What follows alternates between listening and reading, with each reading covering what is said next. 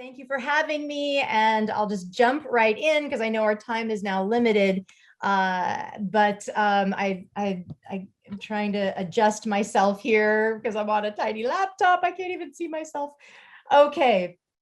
So I am going to talk today about the real truth about greenwashing and humane washing of our food. And I was going to talk a little about myself. I think I might skip that part because we're time constrained now, but I have been vegan for over 30 years.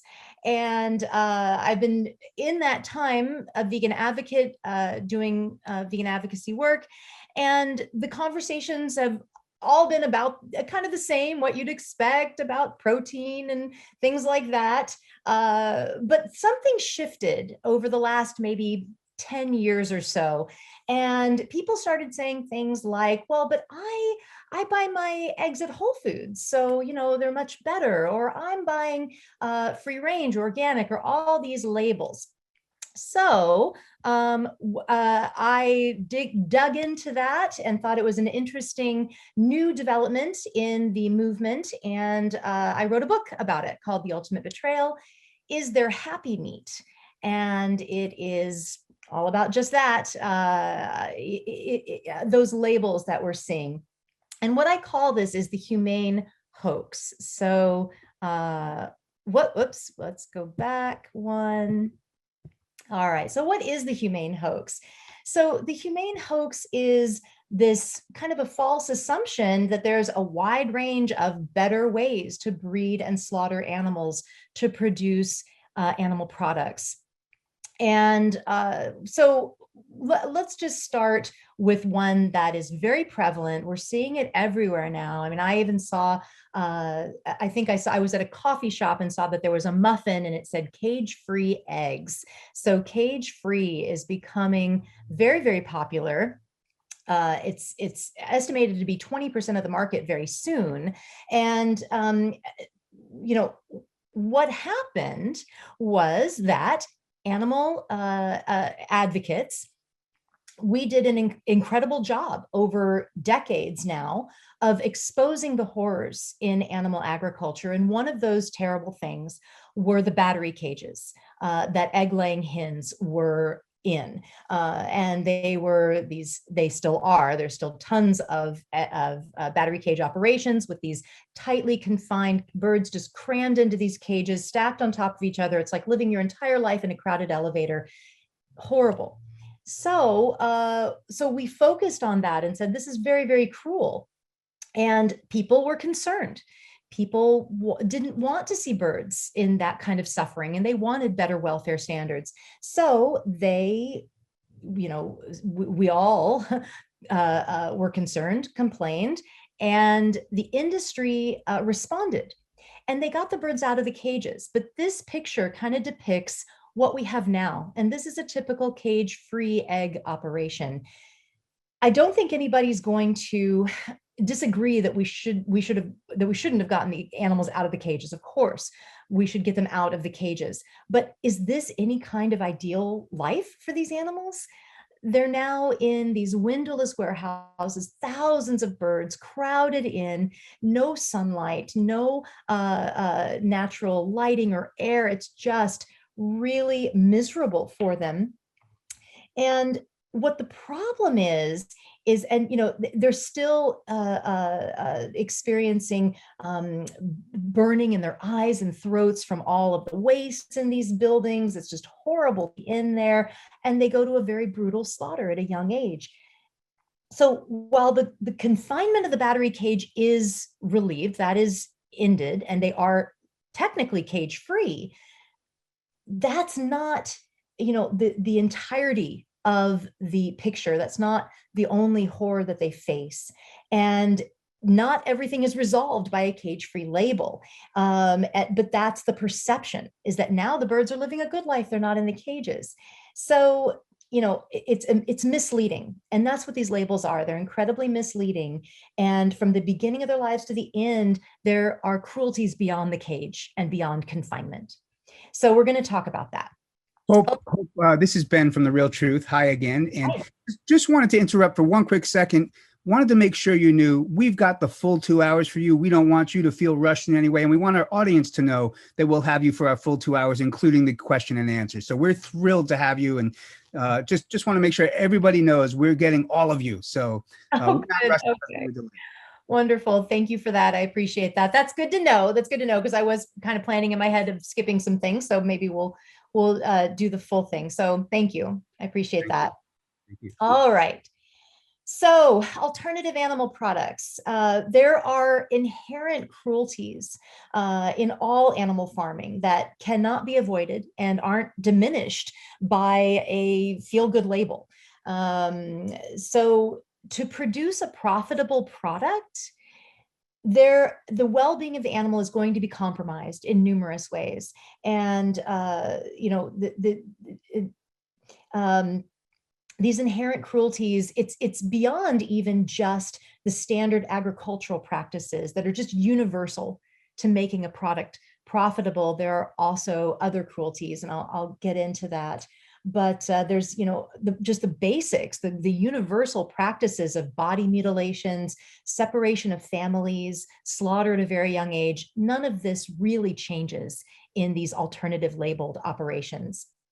Okay, so I want to take a closer look at egg production. So when we think of how chickens come into this world, how a baby chick is born, this may be something that we are thinking of, right? A nest and a mother hen, the babies are warm and comfortable. And do you know that even when the babies are still in the eggs, the mother hen and the babies can communicate. The chicks cluck and coo to each other and to the mom. They're in communication even while they're just still in the egg. So just such a beautiful experience, a beautiful bond of love. And that is completely denied, completely gone in all in all chicken farming, both chicken farming for their flesh and for their eggs, no matter the label. Chicks are hatched in these horrible hatcheries. They are in metal drawers. They're immediately, as soon as they're born, thrust into a world of conveyor belts and metal machinery, and they're tossed about like canned goods. And it's really horrible. I have some gruesome details in my book that I won't go into now, but just really a horrible way to come into the world. Certainly not in a loving, warm nest with a mother hen. They are immediately sexed, especially during the egg-laying hens, because the males that were born to the genetic strand of egg layers are not profitable to be raised for meat. Of course, aren't going to lay eggs because they're boys, and they're not profitable. They don't grow quickly enough to be raised for meat. So the male chicks are thrown away by the billions, tossed into the garbage. It's absolutely horrible. They suffocate on the way to their brothers, die of dehydration and exposure. Some go down conveyor belts into maceration machines and are ground up alive in these metal maceration machines. Some are electrocuted to death. I mean, what a baby chick is such a symbol of love and innocence and springtime. We'll see them on Easter cards, and here we're killing them by the billions. And that doesn't change with a cage-free label. That doesn't change with a free-range label. Those operations can't profitably hatch their own chicks. So they source all their chicks from these horrible hatcheries. So I live near now Sonoma County, California. I've lived in Sonoma County for 30 years. I'm now in Sacramento, but it's still very close. And there is lots of this alternative farming happening in Sonoma County. And when you go to the chicken farms, because there are alternative chicken flesh and egg operations all over, this is generally what you see. When you are driving around the chicken farm. You don't know it's a chicken farm, and you'll see keep out signs, biohazard signs. But then if you go a little closer, this is typically what you see.